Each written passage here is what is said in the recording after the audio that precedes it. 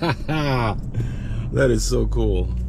I'm always thoroughly impressed with this technology. I know this is not new technology, but I'm just starting to use this stuff now, and the fact that I can control the GoPro with my phone is pretty neat. It makes things a lot easier, because obviously when it's on your head, I can't see the screen. I don't know exactly what's going on. That's cool. Welcome back to GTyar, everybody.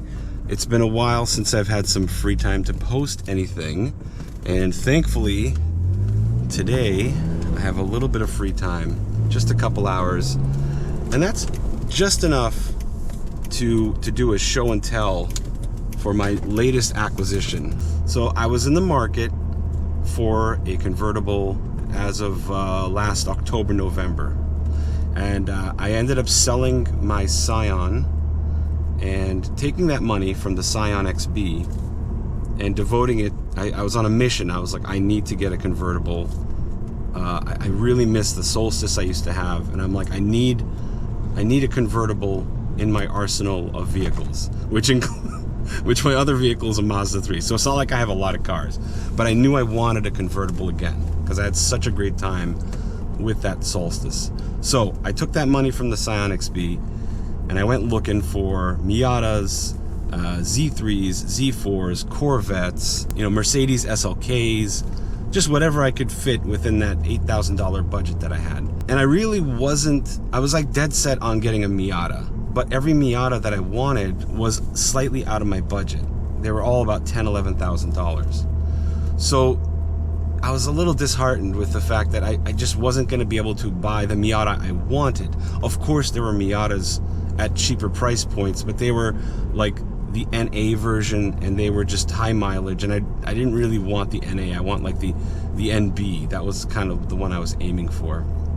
So anyways, this Z4 was for sale at a dealership in Foxborough, and I wasn't really wanting to buy a car from a dealership. I wanted to do a private sale because you tend to get more value from a private sale, and you get to meet the owner, which is huge. You get to meet the person who's taking care of the car for however many years they had it, and you get a good sense of how the car was treated.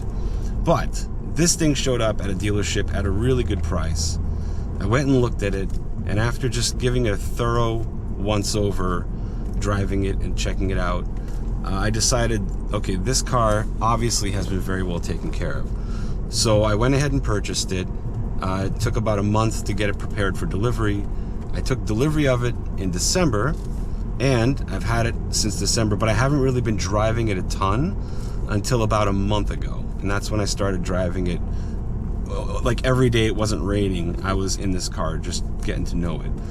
I think I'm at the point right now where I've driven it enough to make some good assessments of it and tell you exactly my opinion of it. I'm not going to do a top 10 list today. That's going to come out later. Right now it's just a show and tell. I wanted to kind of introduce the car, show you around it, show you all of its specific quirks and faults, and just kind of take it for a drive and listen to it, feel it, do all that stuff. So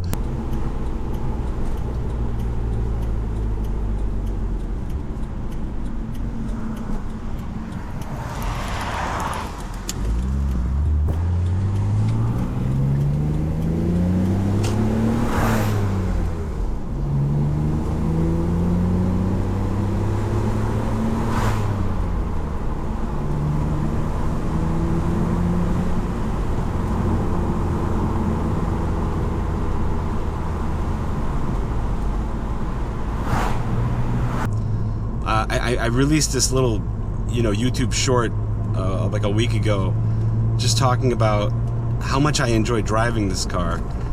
Initially, I thought, well, I'm just going to drive it on really nice days where I could take the top down. But as I started driving it, I ended up realizing it's not just a great convertible. It's just a great car, period. It's actually a decent daily driver because it is incredibly comfortable in the cabin. It's roomier than I expected for like a two-seater convertible, and I'm about 6 feet tall, so I've got plenty of space in here.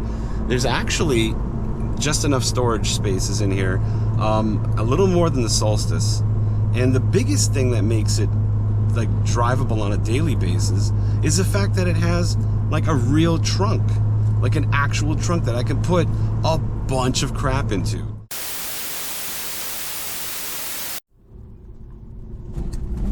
So I had to actually stop the video right there because apparently the GoPro overheats.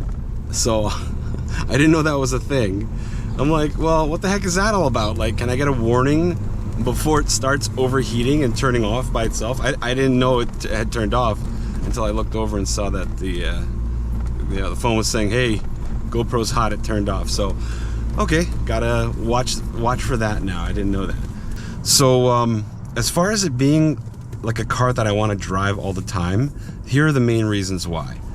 Number one, the car's gorgeous. It's gorgeous. I just want to be in it and driving it and showing it off anywhere I go. Usually I'm driving it to work and back, but like, especially on a day off like today, I just want to take it out and show it off because I really think it is a beautiful car from every angle. And the wheels especially make this car something special. Even though the car is only worth about like $8,000, it looks like it's worth at least twice that much. Secondly, the fact that the car has an actual trunk is a huge part of why this car is a good daily driver and I want to drive it all the time. It makes it practical when you have an actual trunk for you to go to the grocery store or just, take your kid to school or just anything I need to do normally on a daily basis. I can take care of it because I have an actual trunk. Third, it's just super comfortable. The car has really good supportive real leather seats, which is another thing I love about this car. It's that old leather smell. Like whenever I open up the door and get in, especially if the sun's been beating on it a bit, you just get that big whiff of just 20-year-old leather. It's just something about it. It's like that old German car smell. It's really pleasant. The car has an amazing stereo system. There is a reason why it says BMW Business CD. I remember my girlfriend gets in the car for the first time. This is many months ago, and she goes, BMW Business CD? What does that mean? What does business CD mean? Like, why would the word business be written on a radio? Because it's just kind of weird, right? Like, what does a stereo have to do with business? And obviously I thought it was odd too, but then I kind of understood why business is written on the radio. Because this stereo means business. So this stereo is incredible. I mean, it's not like a super high fidelity system per se. It could be improved on, but it can get very loud, and it's still very clear when it's very loud. Does that make sense? That's why this system, the BMW Business CD stereo, if you can see right there, this stereo means business. It's got AC, it's got everything you need as far as climate control goes. The visibility is really good. I've got this fairly large windshield. The A-pillars aren't that big. My side windows are nice and low, like they come down pretty low with the sill. And the rear window is big too. It's actually huge. When I look back, it doesn't even feel like I'm in a convertible. It's glass. It's got the defroster built into it, so you can easily, melt any ice or condensation off of it. The steering wheel's nice and light. What else? It's got heated seats. It's quiet. It's like really quiet in here. When it's on the highway, it's relatively quiet. Like you can have a normal conversation without yelling at your passenger. Yeah, it's just like a great overall grand touring vehicle. It's got enough power. It's got the 5-speed, which is obviously a huge part of why I bought this car. It's very easy to shift. The clutch is super forgiving. I could go on and on and on, but I'm going to save a lot of that stuff for my top 10 list. There's really nothing I hate about the car. I'll say this one thing. The one thing I dislike about the car is that it's so low to the ground. And the only reason why that's an issue is here in New England, sometimes you get up on these potholes or you approach a speed bump, and if the speed bump's a little too aggressive, you start hearing scratching underneath, and that's not a good feeling when you're trying to crawl over a speed bump and you hear the exhaust or the chassis just grinding underneath the car. So that's the only complaint I have, is that the car is like a little bit too low, but that's one of the reasons why I bought the car, because it's just so gorgeous and sitting so low. It's got those beautiful wheels. I don't know, I can live with it. It's just something you have to be mindful of. It makes the most joyous exhaust noises, and it's not obnoxious. It's not super loud. It's not like waking up the neighbors or, you know, bothering everyone on the road. It's just for me. It's enough noise for me, and it makes this beautiful, beautiful burble back pressure noise that I seriously can't get enough of. Like, it's better if I go slower. Less wind noise. Hold on. Pop it in a second. Oh my God, did you hear that? Oh my God, did you hear that? That was incredible.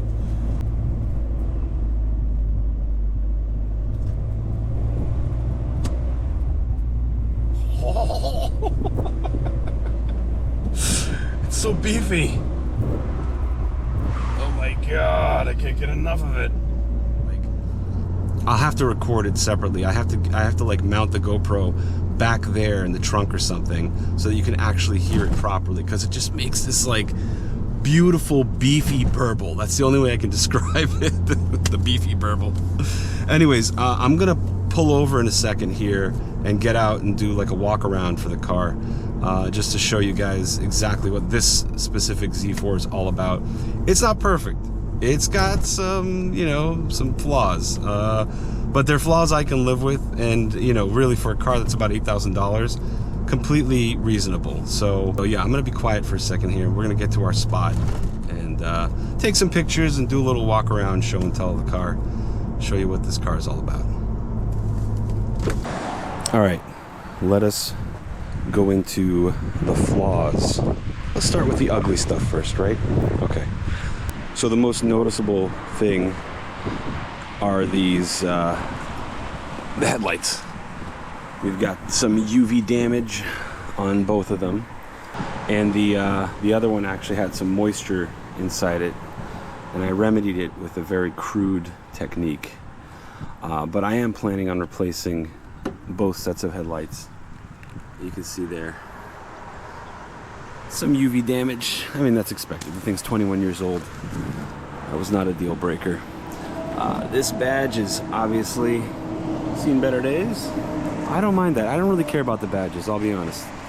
I think it gives it charisma, it gives it character. I'm gonna leave those alone for now. Maybe that'll be the last thing I replace, are the badges.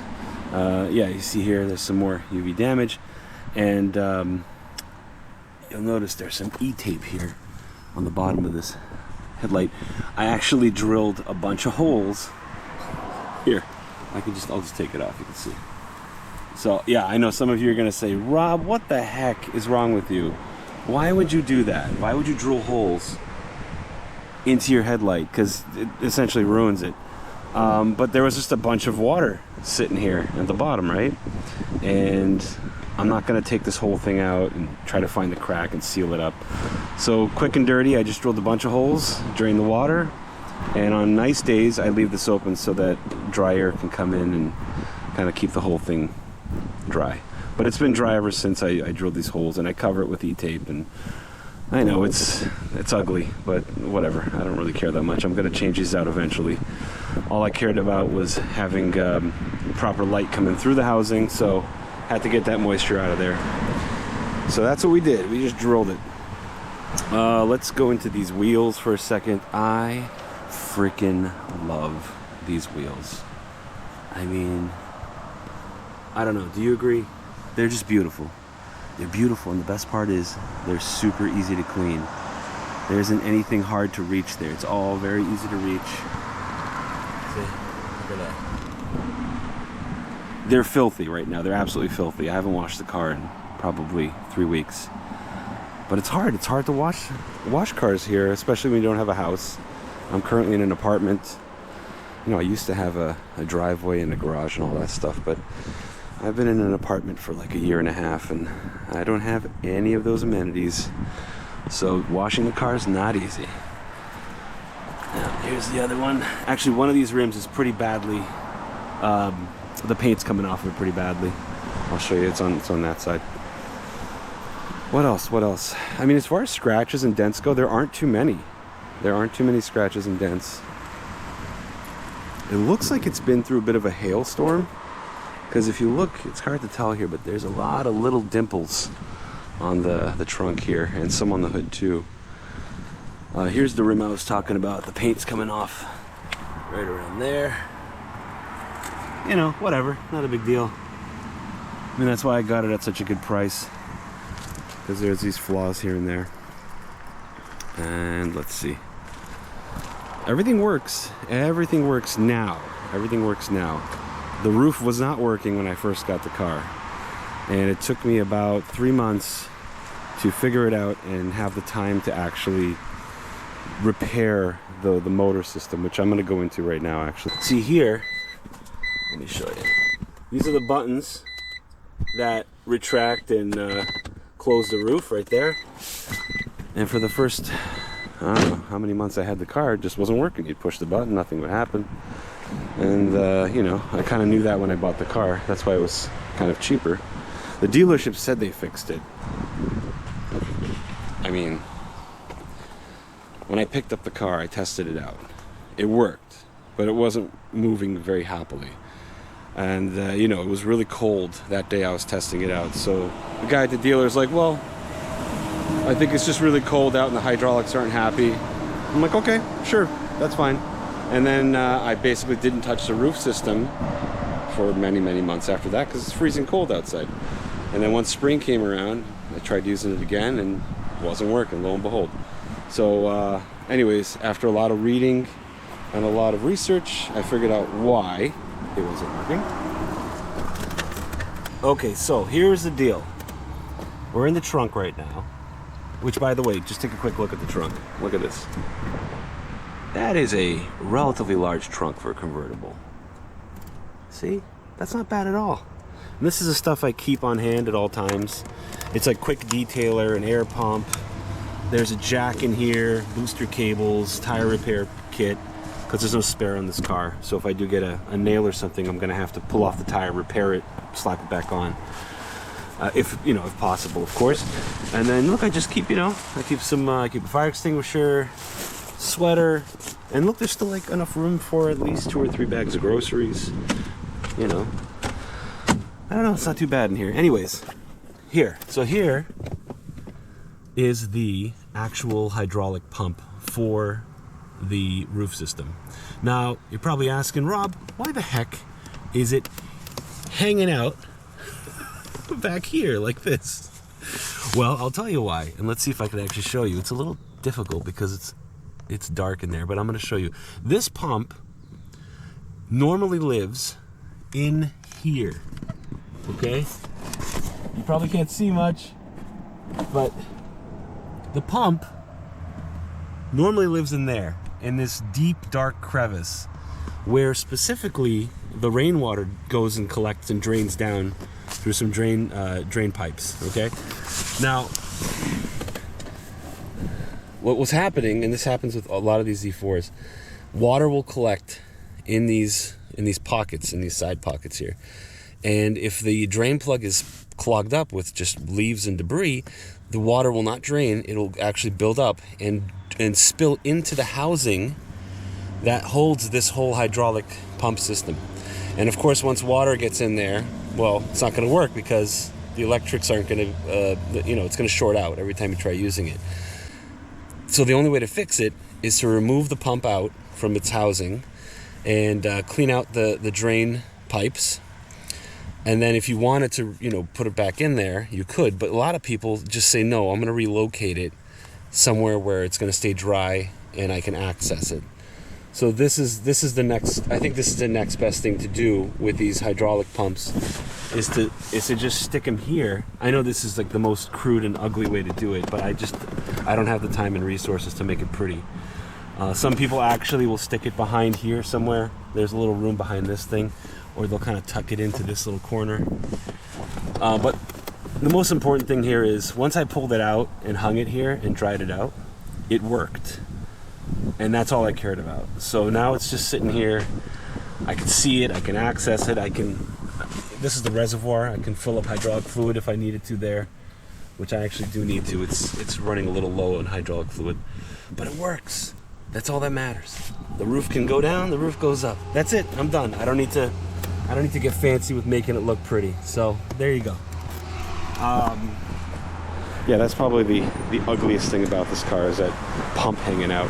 I actually also removed, if you can see here, notice you can just see right into the trunk, right? You can see right in. So I removed the shelf. There's this like gray shelf that sits back there, and I just don't see a need for it. So I removed it completely. One more thing, let's show you the engine compartment. That's another highlight of this vehicle. There we go. Is the engine compartment. So the hood actually has some gas struts that hold it open. There we go. And let's just take a quick look at how clean this engine bay is. All right, take a look. I'll be quiet for a minute.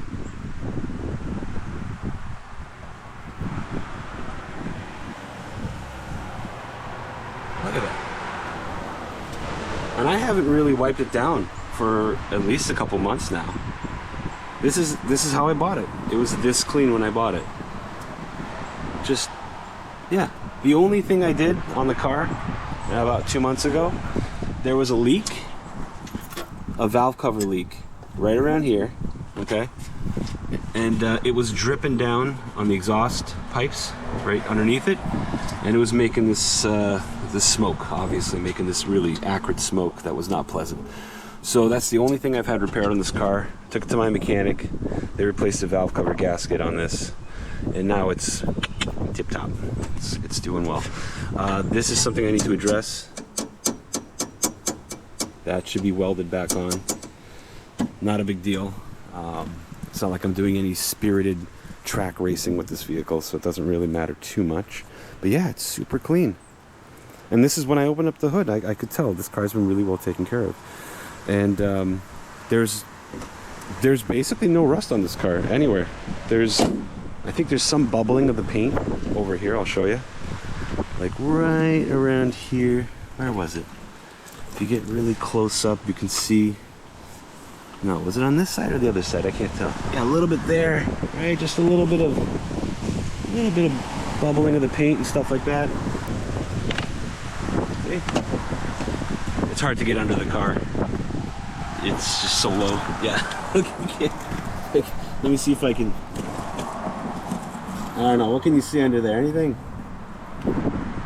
It's just so clean. So clean. That's why I bought it. Because I could tell it was babied. It's been kept in a garage. It's never saw any water. Never saw any winters clearly. Dealer actually did put brand new tires on it, so I was thankful for that. That was very cool. But yeah, that's there she is. The roof is in great condition. My goodness, it is loud here. This is a bad place to film. We've got trucks coming by every freaking minute. Roof is in great condition. No tears, no rips, no fading. I mean, a little bit of, I don't know what that is, like mold or something that's built up right here. But I don't care about these things. What I care about is functionality and reliability. So, yeah. Let's get inside the car, shall we? Okay, so inside here, we can turn this off. There we go. Yeah, inside here, there's a lot of cool stuff to show you. Here, let me show you around. Of course, we had the business BMW business CD, right? The business radio. We've got the climate control system here. Very simple. One of the things I'm trying not to go into like a top 10 list here. I'm just show and tell. Just show and tell. But I do really like how delicate all the dials are. Right? They're very delicate. It's almost like a watch or something. Like I'm winding a watch when I turn these things. It's very, very delicate, very easy to turn. Here we have the headlight control right there. Cup holder, which I never really used, but it is there if I need it. This one works. The other one is broken right there. We've got the glove compartment, which is kind of hard to reach. It's actually deep in there. I think that's because they have all these airbags. They have these. This is where the knee airbag comes out.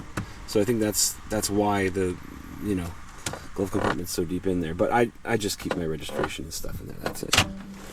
What else? What else? Let's see. We got speakers everywhere. Speaker there. Speaker there. We have speakers behind the seats, which I'll show you later. We have some storage right here. It's actually fairly deep. I keep my first aid kit in there, some CDs, like a headset for the cell phone. Yeah, it's not bad. It's not bad at all for storage. Got a little cubby thing here. No storage here, of course. Just the handbrake, shifter, and my little buddy here. We call him Chimkin. Hi, Chimkin. What else? What else? Yeah, it's very simple. It's got the cruise control right here. This is the security light that doesn't work. It usually blinks when the car's locked. That stopped working. I don't know when. Got some visors here. Yeah, I mean it's a very comfortable, pleasant place to be in here. Plenty of headroom here, right? So I'm 6 feet tall. Seats not all the way down, but it's close to it. And if you can, I don't know, plenty of headroom. Look, very impressive. Tons of legroom. Like I can even go back a little more, but this is where I want it, right here. Yeah. It's nice. It's real nice. Got some pockets right there. What else? What else? Oh, I love this. Look. These little pads for your leg. This is actually one of the few cars I've bought that comes with these pads. Most of the cars I buy don't have that feature, and I have to add it myself. I'll get a piece of those like keyboard cushions that go in under your wrists. I take one of those keyboard cushion things and cut them in half and stick them right there for most of the cars I own. But this car actually comes with it. Look on both sides. See? Very considerate for the driver and passenger.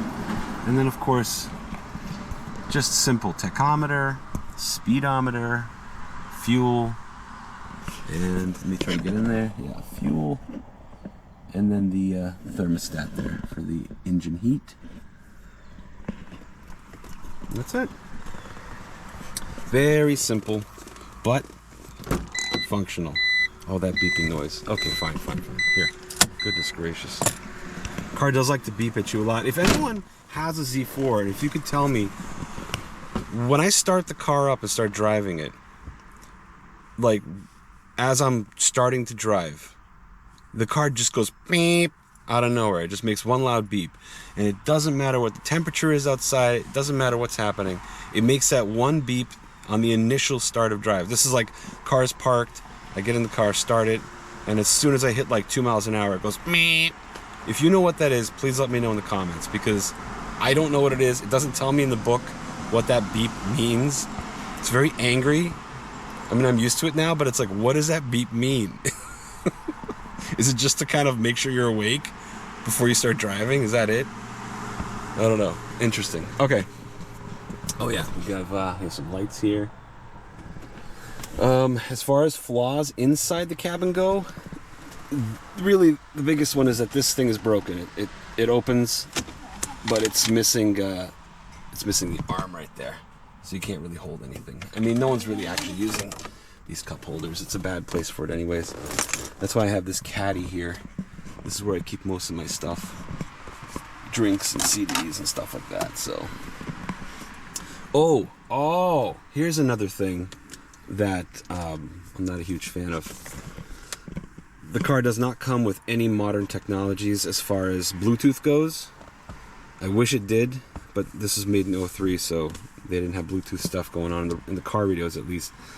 So I have to use one of these FM transmitters to connect to the radio, or to broadcast to the radio. So what I do is I Bluetooth to this thing, and then this thing broadcasts FM at that channel to the radio, and then I can hear the music off my phone. It does have a CD player, which is nice because I do have a ton of CDs, but I kind of wish that this thing had Bluetooth, or at least forget the Bluetooth, just an aux input. There isn't even like a place to put one of those mini 1/8" connectors, which I'm perfectly happy doing, but it doesn't even come with that. See this? Okay, this was like not connected onto the car very well. Someone had tried to use glue and tape, and I don't know, it was flapping around, and it kind of still does flap around. But I put these two little plastic I don't know what you call those, pins, yeah, to hold it in place. I basically drilled out 2 holes here, stuck these guys in, and it's holding it in place for now. This is the release for the roof when it's locked down into open position. So I just took the whole button out here. I mean, all I care about is being able to access it and open up the roof, or like unlatch the roof when I need it. So yeah, but look at that visibility out the back. Fantastic, right? So cool. Real leather seats. Got airbags. You know, one of the things that I was trying to look for in a lot of these older convertibles were airbags, like side airbags specifically. This comes with the typical, you know, regular airbags, comes with knee airbags, but this car also comes with side airbags. Now, I'm not saying it's like a super safe car, obviously, and no convertible is super safe, but the fact that this has something, it's better than nothing, right? Better than nothing. The fact that it has some side airbags makes me feel just that much better about driving it on a frequent basis. So yeah, tell me what you think about that. Like, do you guys think about side safety when it comes to convertibles? Because that was like something I was always thinking about, is there any protection for the occupants in a side impact? A lot of these convertibles from this era don't come with airbags in the side. I feel like it's better than nothing. So I'm glad that this car does have some side airbags. It makes me feel just that much safer driving it around. So that is going to do it for the show and tell. I will make a top 10 list shortly, now that the weather's nicer and I can actually take a day off here and there. I just wanted to take a quick moment to thank all the subscribers, because I am kind of blown away at the fact that we hit 600 like a couple days ago. And that's really, it's humbling. That's the first feeling I get. It's like, holy crap, there's 600 people out there who care enough to see my stuff and go, you know what? This guy's okay. I'm going to kind of follow him. Yeah, that means a lot to me. And, you know, I never intended for this channel, like, I don't put a ton of energy into this channel. I just do it when I can. And I do things that make me feel good and that are fun, right? So I don't have like this agenda to be pumping out content on like a weekly basis. But you know, I'm just happy. I'm just having fun making this stuff, and I'm happy sharing my opinions and my viewpoints. And I'm just blown away that there's 600 of you out there who like appreciate what I do. So thank you very much for that. You know, one of the things I wanted to convey when I started this channel is that you don't need a ton of money to be a car enthusiast and to have fun with cars. So I think I'm living proof of that. I don't make a ton of money. I'm smart with how I spend it in general, and I'm proof that you can have fun with cool cars without a ton of money. And I hope my content conveys that message to you guys. So thank you for watching. As always, buckle up, put down that phone, and enjoy the drive. We'll see you on the next one.